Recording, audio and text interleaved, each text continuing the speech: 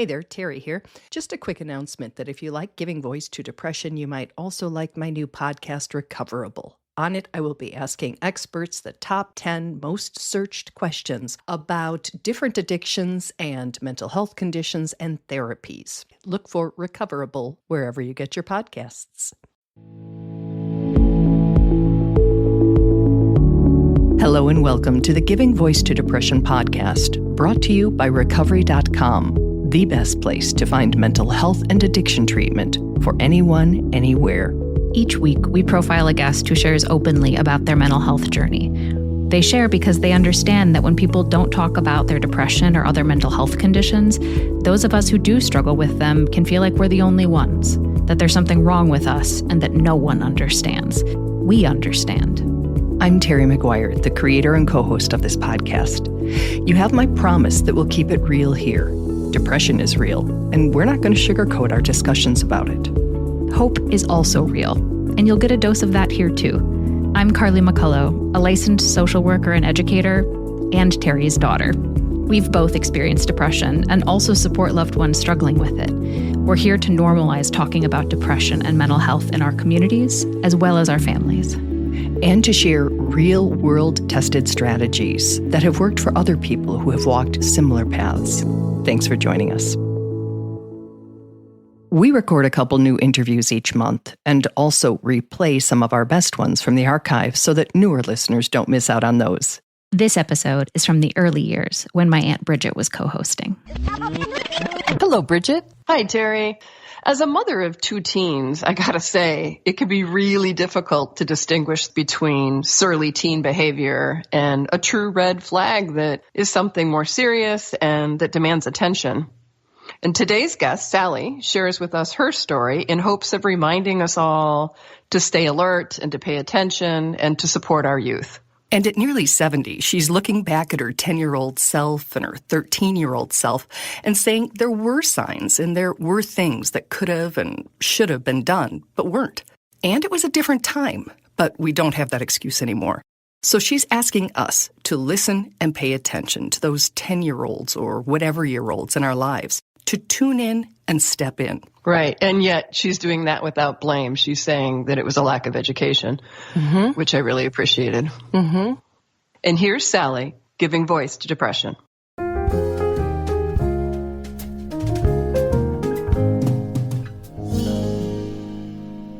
So, do you remember that kid in school who always seemed kind of sad? She may have even been your friend, but you knew you were having a good time. And she, well, you never really knew. Sally was that kid, one of way too many, who all think they're the only one. My friends were happy people, and I slept. I slept as much as I possibly could through my teenage years, and I thought that I just wasn't like them. I didn't realize that my constant fear, sadness, darkness of my teenage years might be something more than just puberty, loving Camus and Sartre, and reading dark things. You know, that could be an indicator of something that was going on in my mind or my brain. I thought I just had an old soul and a dark mind and that I was unusual. While excessive sleeping is a common symptom of depression, it's not always recognized. And it certainly wasn't in the 60s for Sally. Nobody really took notice, even after Sally hit her lowest childhood point. And that occurred with the death of my grandmother, who was my savior, my protector, the one who hugged me the most and told me that I was all those things that little girls want to hear. I didn't know she was dying somehow, and I just fell apart. And then after that, I had to deal with parents who were, let's say, uneducated about how to help a child grieve. And there was nowhere to go with those feelings. Years later, Sally found an outlet for them and sent up a flare with a book of poetry she wrote for a high school English class. Probably other young girls were, writing about first love or springtime, and mine was about how dark the day was and how, deep the pain was. And those are not generally, who's to say? I mean, some teenagers do, have deep imaginations. Mm-hmm. And so, maybe it's not depression, maybe it's just some sadness on that given day that they were writing a poem. Right. Who knows? But I have a booklet full of those deep, dark poems. I certainly thought about suicide when I was a child. Mm-hmm. Not so much in the how would I kill myself, but more in the why am I here? Mm-hmm. Who made me live like this? Her thoughts were so dark, so different from the other kids, that her teacher was concerned enough to call her parents and tell them there might be something wrong with Sally.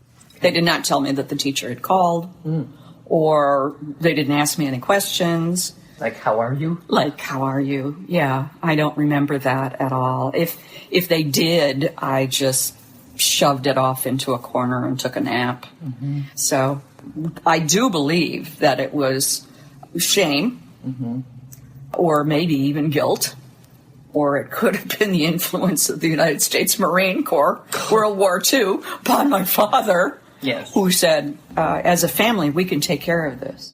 And Sally has believed for years that that's about the time depression showed up in her life with its moving van. But recently, when going through some things her parents had saved, she discovered, in that very book of her dark poems from high school, that it started even earlier. I found a letter that I wrote to my grandmother from camp when I was 10 years old.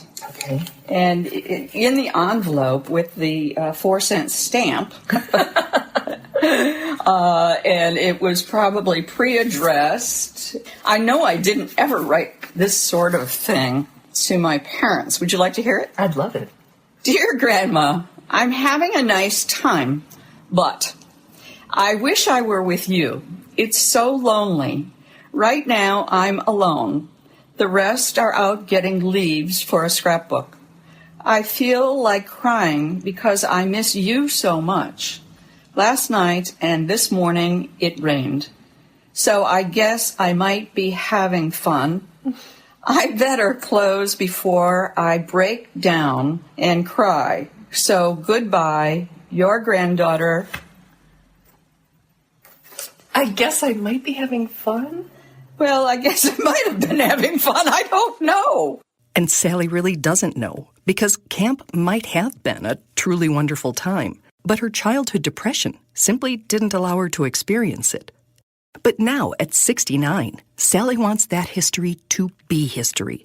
If, in fact, at age 10, I could write that kind of a letter home, I think if I had been that grandmother and gotten that letter, I would have talked to my children first and said, I'm hauling this child off to a therapist. Mm-hmm. And then I would have found out, as that child, I was not alone. Mm-hmm. And I think that's the most important thing. But I still think we have an opportunity here today to make sure that little 10-year-olds like me off at camp aren't suffering. I think that we can be so much more aware, and we can access so much more help and assistance as parents, as mentors, as teachers. There's so much more help for children like I was. Without assistance and support herself, Sally was 21 before she was diagnosed with depression, and in her 40s before she took medication for it. Meds actually prescribed for a totally different issue. He said, now, this is an antidepressant, not a pain medication. And I must have looked quizzical. And he said, it'll work. Mm-hmm. And I said, okay, I'll give it a try. And a couple of weeks into the therapy to get rid of the pain, I woke up one day and the sun was brighter And I felt happy, kind of the happiness that you feel on a birthday when your friends are there and there's a present that you hoped you would get, and there was a big cake. Oh, my. And it was, just another dumb day in February, and I felt great. And I did not know what that was until the second day when I felt that again and again and again and again. Two things need pointing out here. The first is that description of connecting with life and joy comes from the very same person who described dreading her life just a few minutes ago. So when you hear, "It will pass," "Life is worth living," or "You will get out of that dark hole," don't dismiss those as bumper stickers or platitudes. Depression is treatable. And the second is that few, if any, real-life medication stories end like the scene in The Wizard of Oz where suddenly it's Technicolor versus black and white and we live happily ever after. Like most people on medication in the early days, I thought, I'm cured. Right. So after probably 6 months, I said, I don't need this anymore. And then went through many, many years of trying different medications. And I moved a lot, so I had a lot of new psychiatrists, new therapists, and who would say, we have this new one called whatever. Let's try this. And they were not effective until I was in my late 50s, and I was given another medication which is chemically very similar to the first one that I took. And again, it was waking up on a birthday. Again, the sun was shining, the leaves were green, and I felt so much better.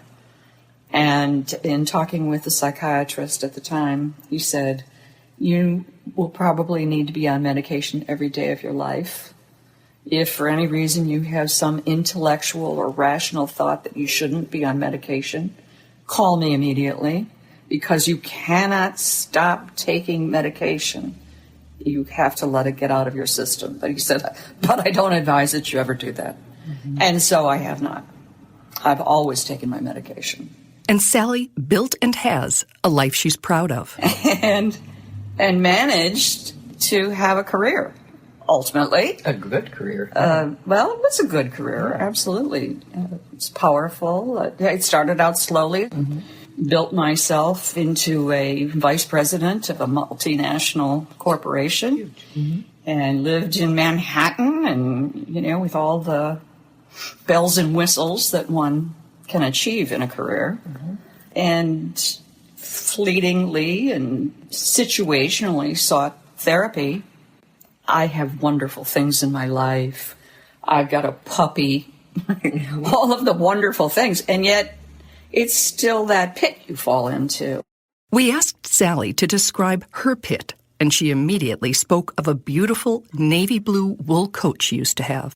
The feeling for me is all of a sudden I find I'm wearing that coat and it has gotten rain-soaked and cold, and I can barely stand up from it. There is also the quintessential pit. It's annihilation somehow. That I can't recover from this. It's too awful. It's too big. It's too heavy. It's too cold. And I'm in this pit forever. So that's how it feels. I know better.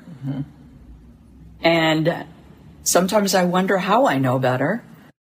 Sally's retired now, and not only sharing her story and perspective with us in this episode, she's also sharing of herself, working 7 days a week, monitoring Giving Voice to Depression's social media, personally responding to each and every comment because she knows how important it is to know that someone's there, someone's listening, someone cares and understands. At my elder age, looking back, if I had gone away to college, for example, and I had the internet and I had podcasts that I could listen to without anyone knowing about it, I would have been in a much better place. I would have probably demanded support from a therapist. I think there would have been no question that a guidance counselor or a teacher's comments would have had a bigger effect on my family, on my parents. So tune in to the whole of the children in your life, their physical and their mental health.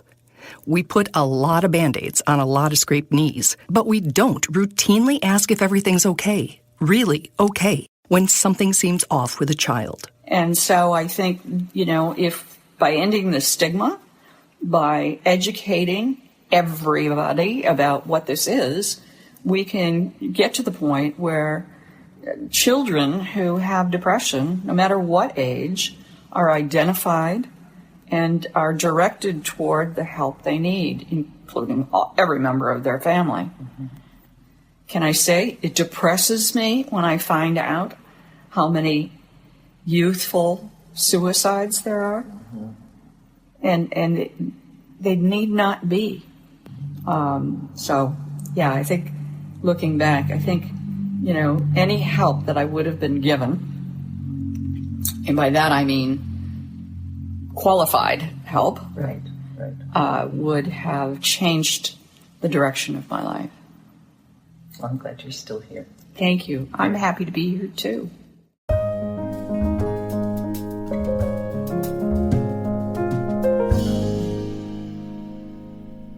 I love that word demand when she said demand support. It's a difficult thing to do when you're in a disempowered, kind of unresourced place, but boy, it really can make a difference. And Sally mentioned stigma, and I just wanted to share that one of the ways I tried to reduce the stigma of any mental health challenge or counseling for my children was that I called therapists feeling doctors. So if we had a problem with our tooth, we took them to a tooth doctor, problem with the foot doctor. And if they had trouble identifying or dealing with a feeling, I said, time to go see the feeling doctor. I didn't make a big deal out of it. It was never a weekly thing. It was just when, as mom, I knew something was up and they weren't going to tell me. And I took them there so that they would tell him or her. So I think to this day, if they ever needed to do that, they would both feel free to. I think you're absolutely right that it helped them get through some tricky times. And I think that you, as an older sister of mine, have really role modeled using the resource in the school system of the counselor. You always went. When you had a question, when you were concerned about something, you encouraged your kids to go, and that's there every day. Absolutely. Thank you, Sally, so much for sharing your story with us and for doing all that you do daily to help support our growing Facebook and Twitter community. I know it takes a lot of effort, and we appreciate you. You truly are a gift to all of us. Thank you, Sally.